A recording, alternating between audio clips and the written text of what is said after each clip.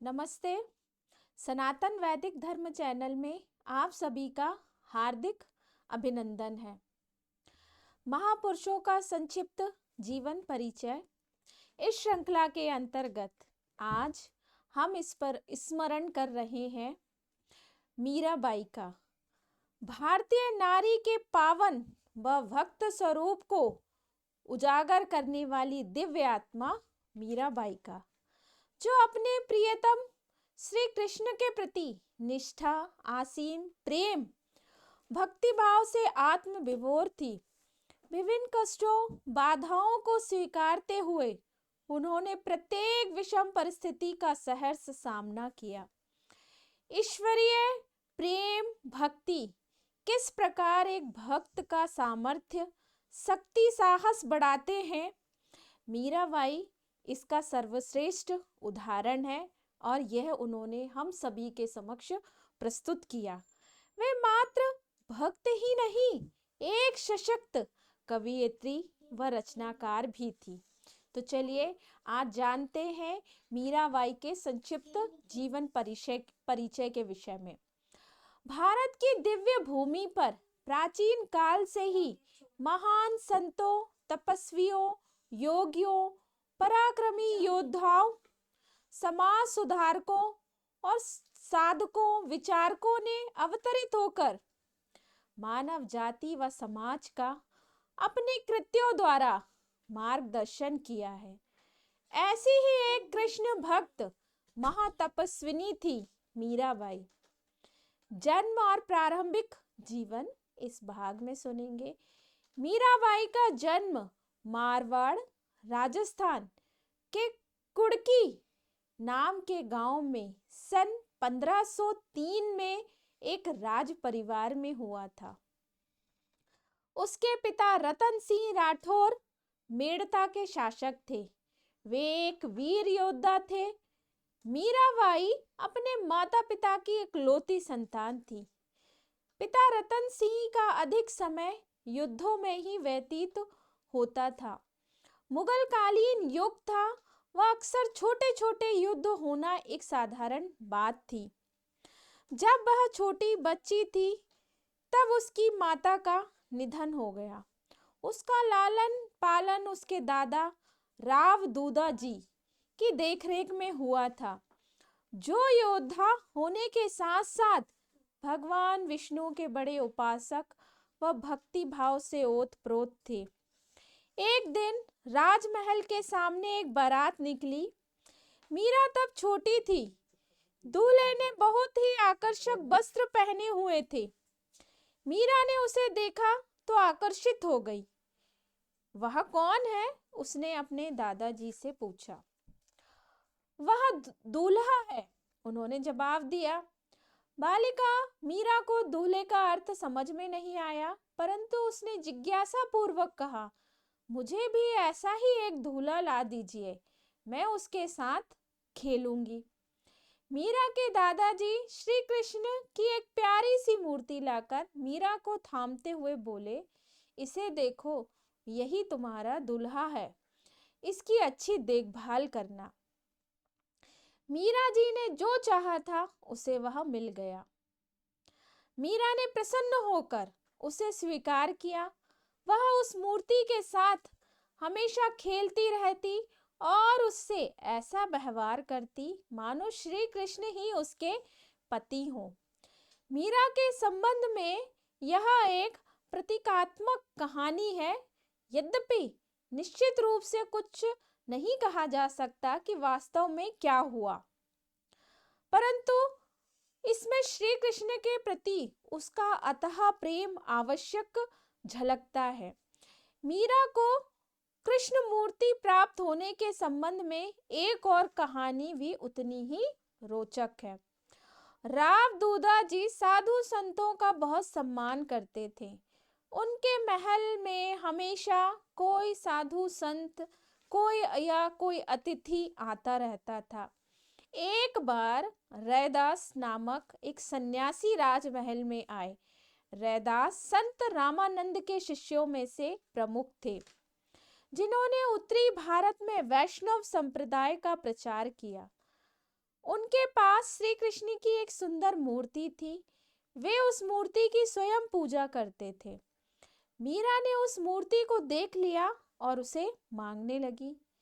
मीरा उस मूर्ति के बारे में कई प्रश्न करने लगी तथा उसे पाने के लिए हठ करने लगी। सन्यासी राजा का आतिथ्य ग्रहण कर राजमहल से चले गए। मीरा उस मूर्ति के लिए हठ करती ही रही, यहाँ तक कि उसने मूर्ति पानी के लिए अन्न पानी छोड़ दिया।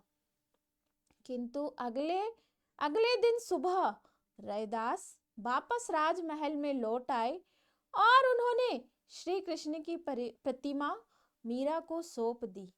मीरा की प्रसन्नता का कोई ठिकाना ना रहा। दूधा जी ने आश्चर्यचकित होकर कहा, स्वामी जी, इसे रहने दो, कुछ समय बाद ये बच्ची मूर्ति को भूल जाएगी। सन्यासी ने कहा, पिछली रात श्री कृष्ण मेरे स्वप्न में आए और कहने लगे, मेरी परम भक्त मेरे लिए रो रही है, जाओ उसे यह मूर्ति दे दो। यह मेरा कर्तव्य है कि मैं अपने स्वामी की आज्ञा का पालन करूं, इसीलिए मैं वापस यह मूर्ति देने आया हूं। मीरा एक बहुत बड़ी भक्त है। इतना कहकर सन्यासी ने मीरा को आशीष दिया और चले गए। कुछ विद्वानों का मत यह है कि ये कहानियां केवल कल्पना नहीं अपितु सत्य घटनाएं हैं।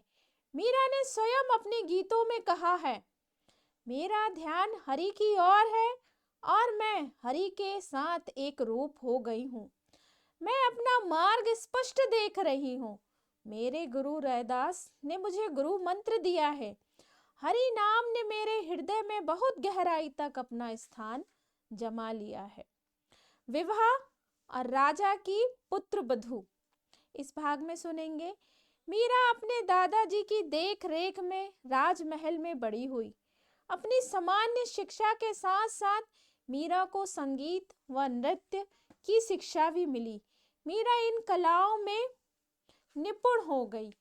मीरा का विवाह सन 1516 में 13 वर्ष की आयु में सामाजिक रीति रिवाज के अनुसार बसंत पंचमी के दिन सिसोदिया वंश के प्रसिद्ध राणा संग्राम सिंह राणा सांगा के पुत्र व चित्तौड़ के राजकुमार भोजराज के साथ हुआ। श्री कृष्ण की प्रतिमा को वह अपने साथ ससुराल ले गई। उसकी पूजा उपासना यथावत चलती रही। आरंभ में उसकी ससुराल में उसके कीर्तन व तन्मय होकर नृत्य करने को ढोंग कहा गया। मीरा बचपन से ही श्री कृष्ण की पूजा करना अपना अधिकार मानती थी।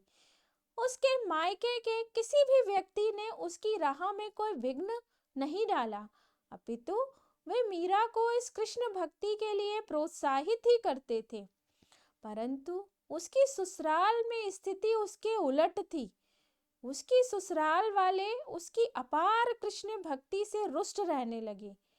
वे उसकी कृष्ण भक्ति के घोर विरोधी हो गए, परंतु मीरा पर इसका कोई प्रभाव नहीं हुआ। उसका श्री कृष्ण के प्रति प्रेम व भक्ति सदैव बनी रही। मीरा ने बाल्यकाल से ही भगवान श्री कृष्ण को माधुर्य भाव से स्वीकार किया। अपने विवाह के समय भी उसने यह दर्शाया कि वह श्री कृष्ण से ही विवाह कर रही है। मीरा का ससुराल एक ऐसा राज परिवार था जो शूरता और वीरता के लिए प्रसिद्ध था। भोजराज भी बहुत शूरवीर था। प्राचीन काल से ही उसके परिवार के लोग शक्ति की देवी दुर्गा, काली, चामुंडी और पार्वती की पूजा करते थे। वे विष्णु की पूजा करना पसंद नहीं करते थे। देखने में यह कितनी विचित्र बात लगती है कि कोई स्त्री ईश्वर को अपना पति माने और उसी प्रकार का व्यवहार करे, परंतु भक्ति संप्रदाय के लिए यह कोई बात नहीं थी।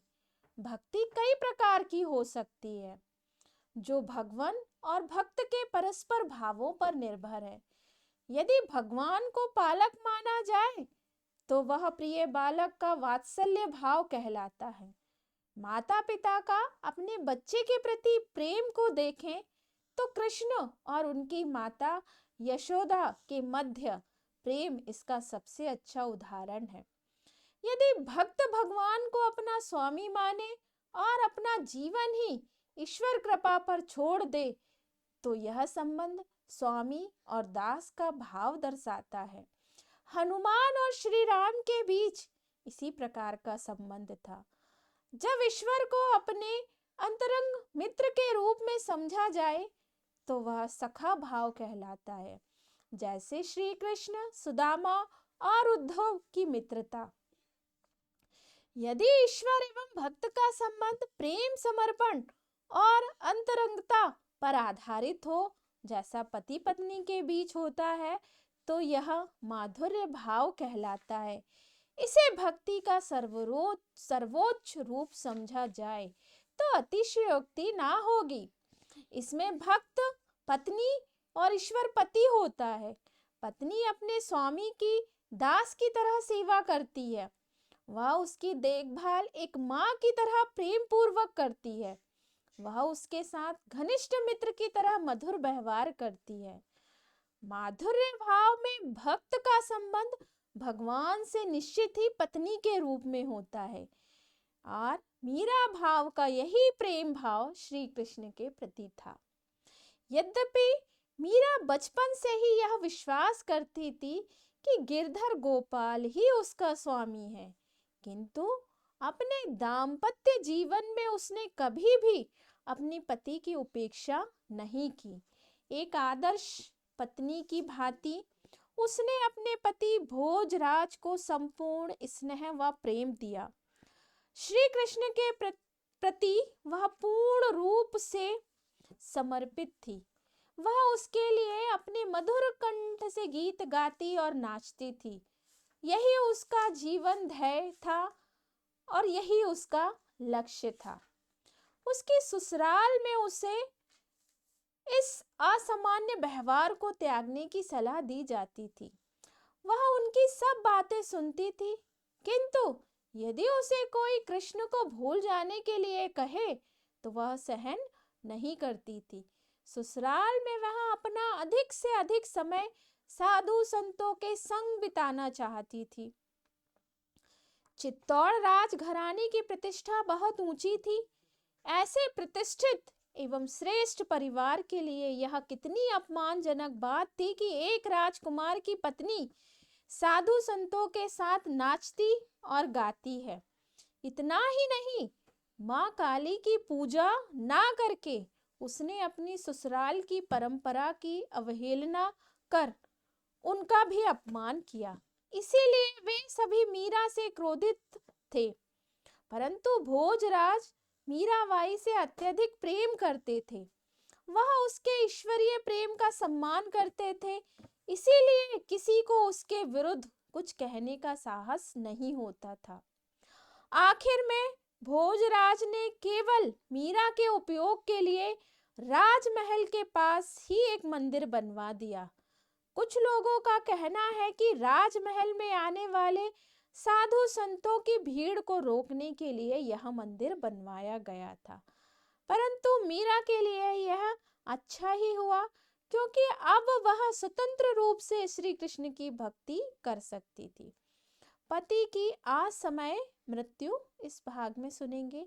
भोजराज दिल्ली के शासकों के साथ संघर्ष में गंभीर रूप से घायल हो गए, जिसके कारण 1521 में उनकी मृत्यु हो गई। मीरा तब मात्र 18 वर्ष की थी। पति की मृत्यु के बाद उसकी सास व ननद ने बलपूर्वक उसे विधवा वेश पहना दिया।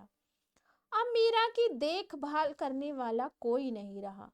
पहले से ही वह लोगों के तिरस्कार सहन कर रही थी। कुछ लोगों ने तो उसे पागल की संज्ञा देकर अपमानित भी किया, परंतु लोगों के इस असभ्य और द्वेषपूर्ण व्यवहार से उसकी भक्ति तथा शक्ति और बढ़ गई। वह श्री कृष्ण की भक्ति में और अधिक लीन हो गई। मारने के षड्यंत्र इस भाग में सुनेंगे। पति की मृत्यु के बाद मीरा पर उसके परिवारजनों ने सती होने के लिए बहुत दबाव डाला, लेकिन वह इसके लिए सहमत नहीं हुई। राणा सांगा मतलब उनके ससुर की मृत्यु के पश्चात जब उसके देवर विक्रमाजीत महाराणा बने तो वह मीरा को और अधिक कष्ट देने लगे। उस पर तरह तरह के लाछन लगने लगे। उसको विभिन्न प्रकार से प्रताड़ित किया गया। एक बार विक्रमाजीत ने अपनी बहन उदाबाई की सलाह पर मीरा के पास विष से भरा प्याला भिजवाया। मीरा ने उसे प्रभु का प्रसाद समझकर पी गई। विष निष्प्रभावी होकर अमृत में बदल गया। फिर राणा ने मीरा के पास एक भयंकर विषधर सांप सुंदर फूलों की पिटारी में भेजा। मीरा पूजा में व्यस्त थी। उसने अपना हाथ टोकरी में डाला और कुछ फूल निकाले। कितना आश्चर्य था कि वह सांप शालिग्राम के रूप में बदल गया। शालिग्राम गंडकी नदी के किनारे एक छोटा गोल पत्थर है जिसे वैष्णवों द्वारा भगवान विष्णु के प्रतीक के रूप में पूजा जाता है। मीरा ने आनंद पूर्वक उसे हाथों में लिया तो वह एक सुंदर फूल माला में बदल गया। इसी प्रकार उस पर एक बार तलवार से प्रहार किया गया, लेकिन उस पर कोई भी प्रभाव नहीं हुआ। राणा ने मीरा के लिए नुकीले कीलों की शैया बनवाई, परंतु उस शैया की कीले उसके शरीर में चुभने की बजाय फूल बन गई। मीरा ने अपने कुछ गीतों में यह भी बताया कि राणा ने किस प्रकार उसे कष्ट दिए। एक एक कर उसे मारने के सभी प्रयास विफल हो गए। मीरा का विश्वास था कि यह सब उसके ईश्वर की कृपा से हुआ है। मीरा प्रभु प्रेम व उन्माद में अपने प्रियतम परमेश्वर को ढूंढने हेतु भटकने लगी। उसकी ससुराल के लोग जो अब तक गुप्त रूप से उसका विरोध करते थे, अब खुलकर उसकी आलोचना करने लगे। वे उसे तरह तरह से प्रताड़ित करने लगे। वे उस पर आरोप लगाने लगे कि मीरा ने कुल की मर्यादा को धूल में मिला दिया, किंतु समाज के अन्य वर्ग के बीच वह महान संत और कलयुग की राधा के नाम से जानी जाने लगी। उनका कहना था कि उसे देखना मतलब जो लोग थे उनका ये मानना था, उनका कहना था कि उसे देखना और उसके चरण स्पर्श करना बड़े सौभाग्य की बात है। वे उसे ईश्वर का स्वरूप ही मानते थे। राणा ने कभी भी उसे प्रत्यक्ष रूप से मारने का साहस नहीं किया। क्यों? क्योंकि उसे भय था कि स्त्री को मारने से पाप लगता है। वह इस बात से भी भयभीत था कि कहीं उसके कृत्य से मीरा को चाहने वाले लोग क्रुद्ध नाराज ना हो जाएं। जब मीरा को मारने के लिए राणा के सभी हिंसात्मक षड्यंत्र विफल हो गए, तब उसने कुछ अप्रिय बातें कहते हुए कहा, यह नीच महिला स्वयं डूबकर क्यों नहीं मर जाती। जब मीरा को राणा की नियत का पता चला तो वह स्वयं भी सोचने लगी कि यदि वह डूबकर मर जाए तो उसके ससुराल वालों को बहुत शांति मिलेगी एवं इस तरह वह भी भगवान श्री कृष्ण से अंततः मिल जाएगी। इन सारी बातों का विचार कर मीरा नदी पर पहुंच गई। नदी किनारे खड़ी होकर वह श्री कृष्ण से प्रार्थना करने लगी, हे मेरे प्रभु, मुझे अपनी शरण में ले लो। और इसके बाद वह नदी में कूद ही रही थी कि एक आवाज ने अचानक उसे रोक दिया। वह आवाज मीरा को संबोधित करने लगी, स्वयं को मारना बहुत बड़ा पाप है, ऐसा मत करो, तुम वृंदावन चली जाओ। धीरे धीरे संसार से उसका मोह भंग होता गया। वह धार्मिक प्रवृत्ति के प्रबल होने के कारण उसका सारा समय साधु संतों की संगति, कीर्तन, कृष्ण भक्ति में व्यतीत होने लगा।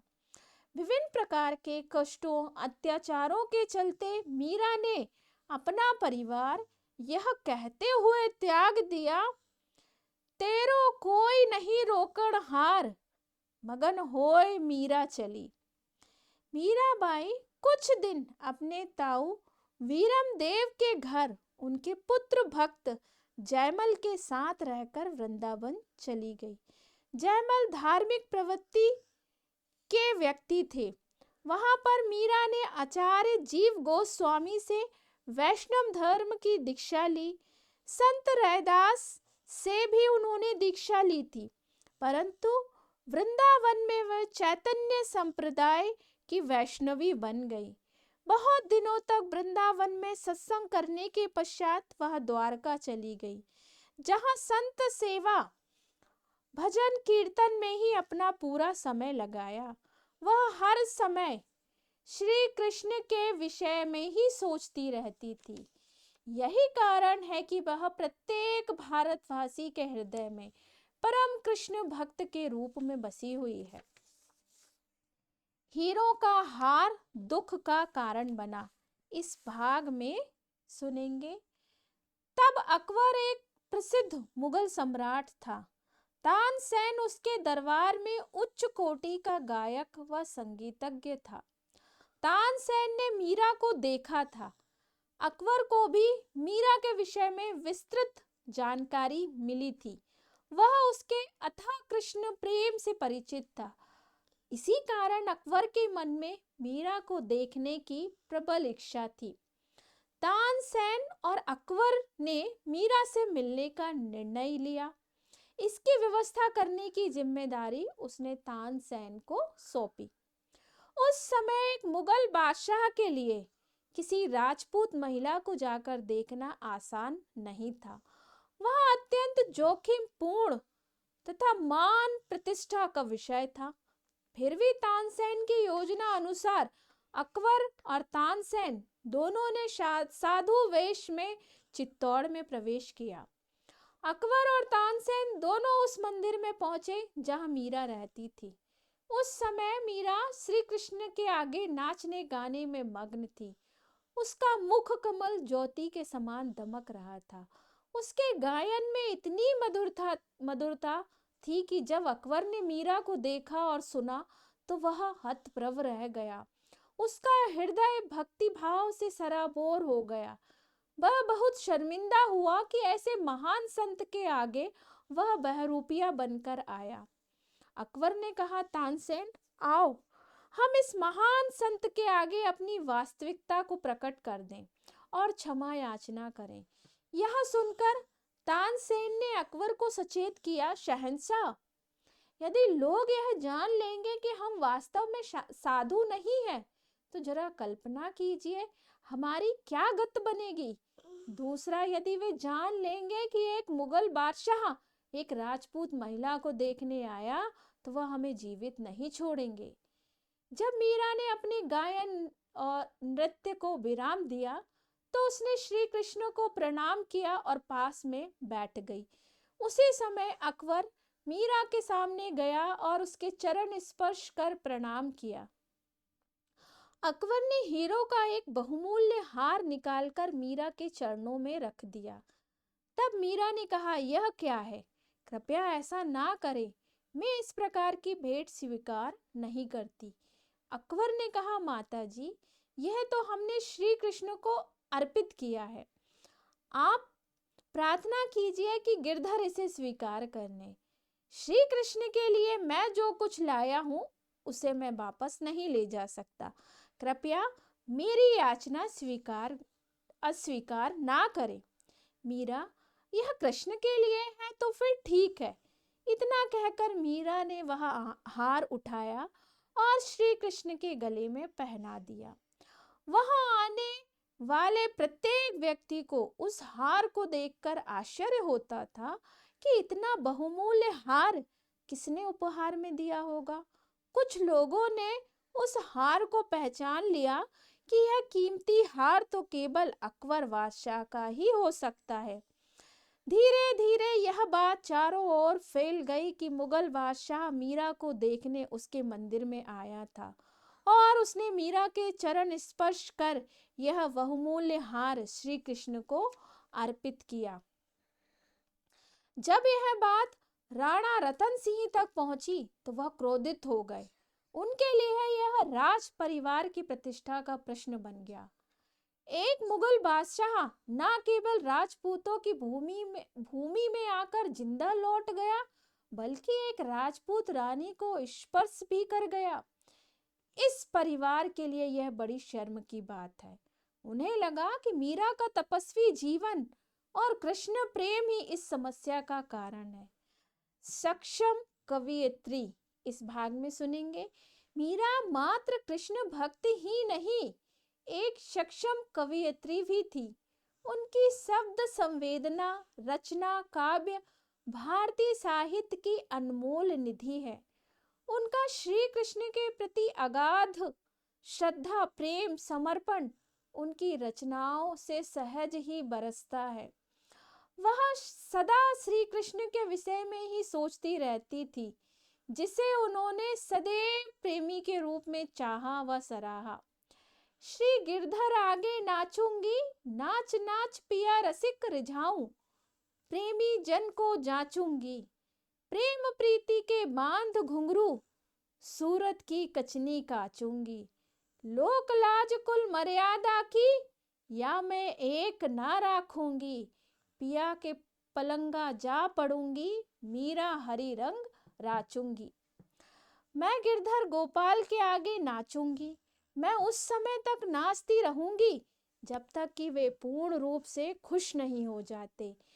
मैं उनका सम्मान करती हूँ जो उनसे प्रेम करते हैं।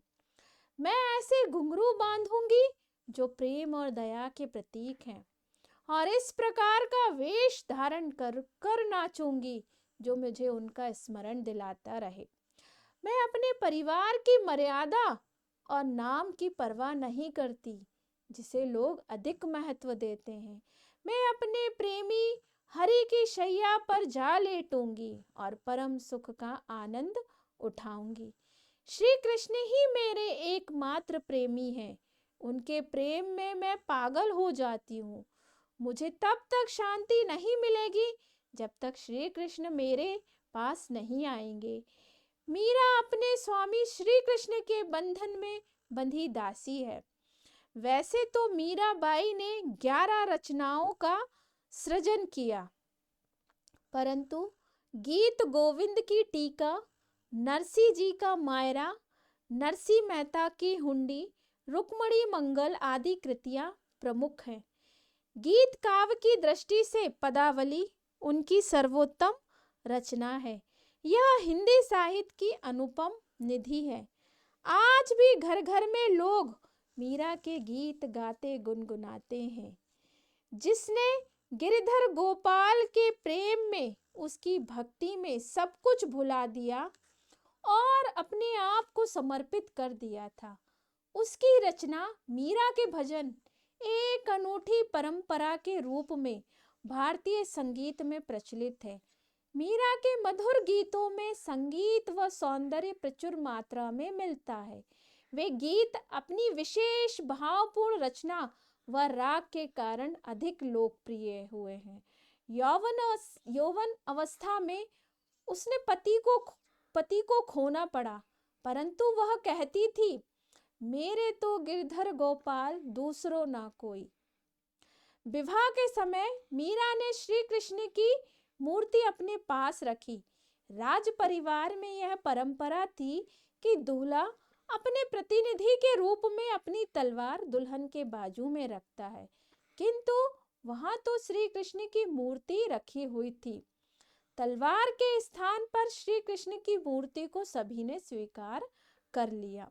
मीरा के निम्नलिखित दोहे उसकी मनोस्थिति को अभिव्यक्त करते हैं।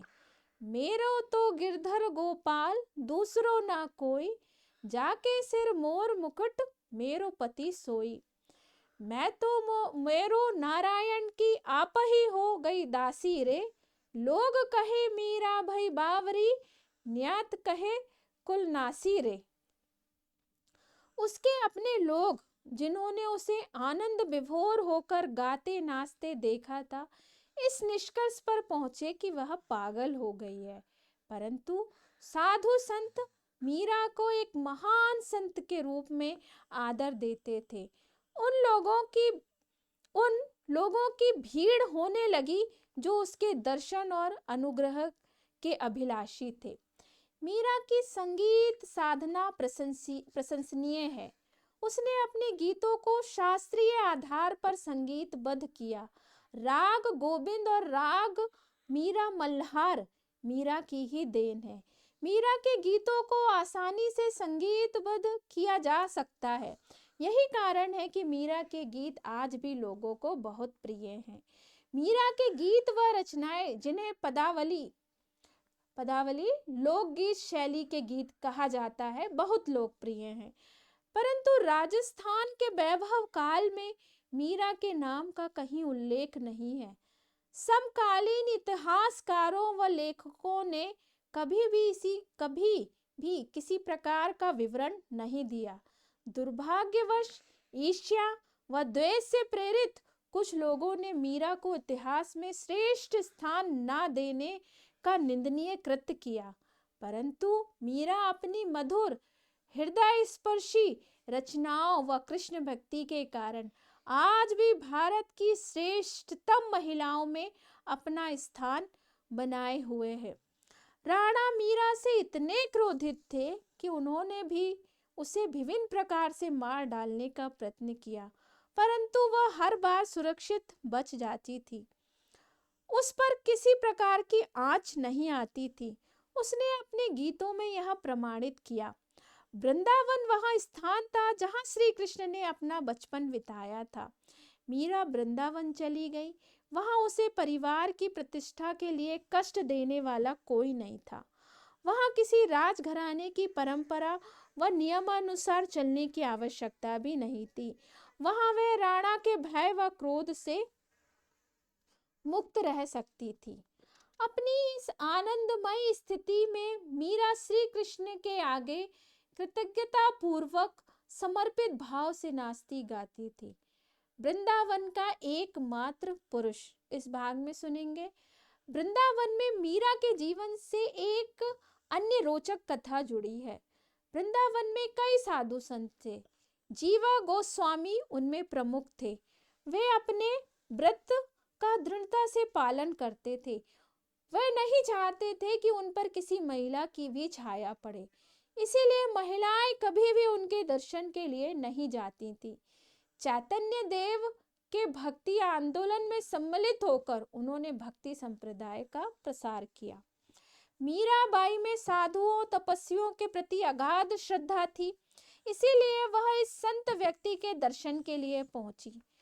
आश्रम के मुख्य द्वार पर ही गोस्वामी के शिष्यों ने मीरा को रोकते हुए कहा, ठहरिए, स्वामी जी किसी महिला से नहीं मिलते। यह बात सुनकर मीरा को हंसी आ गई। उसने कहा, मैं तो सोचती थी कि वृंदावन में एकमात्र पुरुष श्री कृष्ण है। अभी मैं देख रही हूं कि यहाँ उनका भी कोई प्रतिस्पर्धी है। मीरा के ये शब्द गोस्वामी जी के हृदय में नुकीले बाण की तरह लगे। वे तुरंत अपनी कुटिया से निकलकर बाहर आए और मीरा को आदर पूर्वक आश्रम में ले गए।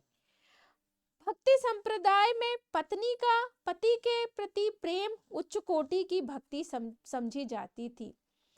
इसके अनुसार संसार की सभी महिलाओं के लिए ईश्वर ही एकमात्र पुरुष है। वृंदावन में एकमात्र पुरुष श्री कृष्ण है। सभी भक्त गोपियां हैं। भक्तों के लिंग संबंधी कोई भेद नहीं है।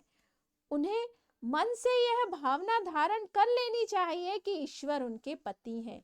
यदि भक्त के मन में यह धारणा रहे तो वह किसी भी महिला को देखने अथवा मिलने के लिए इनकार नहीं कर सकता। यह सब जानते हुए भी यदि वह एक पुरुष की तरह व्यवहार करे तो इससे यह धारणा बनती है कि वह भगवान का प्रतिस्पर्धी बन गया है। राजमहल छोड़ने के पश्चात मीरा कई महान लोगों व सुप्रसिद्ध कवियों के संपर्क में आई, जिससे उसकी भक्ति और काव्यमय प्रतिभा को और अधिक बल मिला। द्वारका में, इस भाग में सुनेंगे, मेड़ता और चित्तौड़ की राजनैतिक स्थिति उस समय तक बहुत बदल गई थी। अब तक मीरा की और किसी ने ध्यान नहीं दिया। सभी ने उसे समाज के लिए कलंक मान लिया था।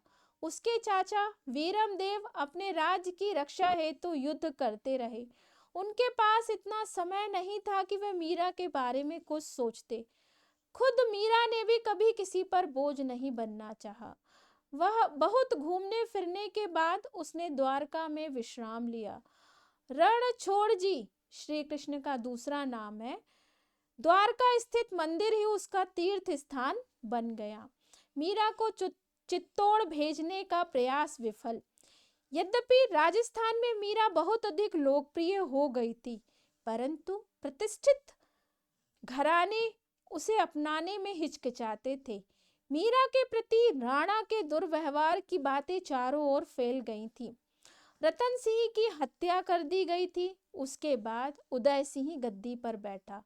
उसने सोचा, यदि मीरा साधुओं के संग अकेली रहेगी तो उसके प्रतिष्ठित परिवार के लिए यह बदनामी की बात होगी। इसलिए उसने मीरा से चित्तौड़ लौट जाने को कहा, परंतु मीरा इसके लिए तनिक भी तैयार नहीं थी। उसने दृढ़तापूर्वक चित्तौड़ जाने से मना कर दिया। उदय सिंह समझ गया था कि मीरा उसके कहने से वापस नहीं लौटेगी। उसने चित्तौड़ के 5 ब्राह्मणों को मीरा से अनुरोध करने के लिए भेजा कि वह चित्तौड़ लौट जाए। मीरा सोचने लगी कि यदि वह वापस राजमहल में लौट कर जाएगी तो वही पुरानी बातें फिर दोहराई जाएंगी। इस समय मीरा की आयु लगभग 48 वर्ष की थी। जब उसके पति भोजराज जीवित थे, उस समय भी महल में श्री कृष्ण की भक्ति करने में उसे कठिनाइयों का सामना करना पड़ता था। मीरा ने मंदिर में शरण ली। उसके पति के निधन को 25 वर्ष हो गए थे, परंतु उसका परिवार अभी भी उसकी हत्या करने का प्रयास कर रहा था। इसलिए वह अपनी प्राण रक्षा हेतु उन सबसे दूर द्वारका चली गई थी। उसने निश्चय कर लिया था कि वह केवल गिरधर गोपाल से ही संबंध रखेगी और किसी से नहीं। इन ब्राह्मणों ने मीरा को मनाने के बहुत प्रयास किए, पर वह किसी प्रकार चित्तौड़ लौट जाए। मीरा का एक ही उत्तर था, मैं नहीं जाऊंगी। तब ब्राह्मणों ने कहा, हम आपको साथ लिए बगैर नहीं जाएंगे। यदि आप हमारे साथ नहीं चलेंगी तो हम यहीं पर अन्न ग्रहण करना छोड़कर अपने प्राण त्याग देंगे। ब्राह्मणों की बात सुनकर मीरा बड़ी विचित्र स्थिति में फंस गई। वह नहीं चाहती थी कि वह इन ब्राह्मणों की मृत्यु का कारण बने। कुछ सोचकर मीरा ने ब्राह्मणों से कहा कि वे उस रात मंदिर में ठहर जाएं। अगले दिन चित्तौड़ चलने के लिए वह राजी हो गई। ब्राह्मणों को यह जानकर बड़ी प्रसन्नता हुई और वे मंदिर में ठहर गए। जब ब्राह्मण सुबह उठे तो मीरा वहां नहीं थी। अनिष्ट की आशंका से वे भयभीत हो गए। उन्होंने मीरा को बहुत ढूंढा, परंतु मीरा का कहीं पता ना चला। मीरा तो नहीं मिली, किंतु उसके वस्त्र रणछोड़ जी के मंदिर के सामने पड़े मिले। उसके भक्तों ने यह निष्कर्ष निकाला कि शायद वह अपने प्रिय परमेश्वर गिरधर से जा मिली है। भक्तों में अभी भी यह विश्वास प्रचलित है। कुछ लोग का तो ऐसा भी कहना है कि मीरा की मृत्यु नहीं हुई है, बल्कि वह वेश बदलकर कहीं चली गई। करुणा व प्रेम का प्रतीक। मीरा ने उसे दुख देने वालों, क्रूरतापूर्ण व्यवहार करने वालों के साथ भी कभी बदले की भावना और घृणा और देश से व्यवहार नहीं किया।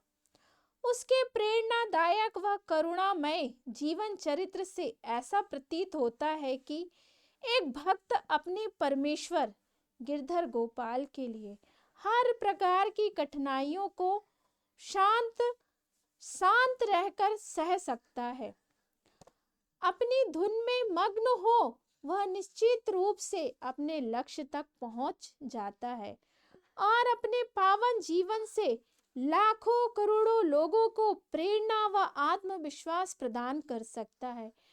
कलयुग की इस राधा ने जीवन के संघर्ष को ईश्वरीय प्रेम मानकर सहज स्वीकार किया और भारतीय नारी के अलौकिक आदर्श को प्रतिस्थापित किया।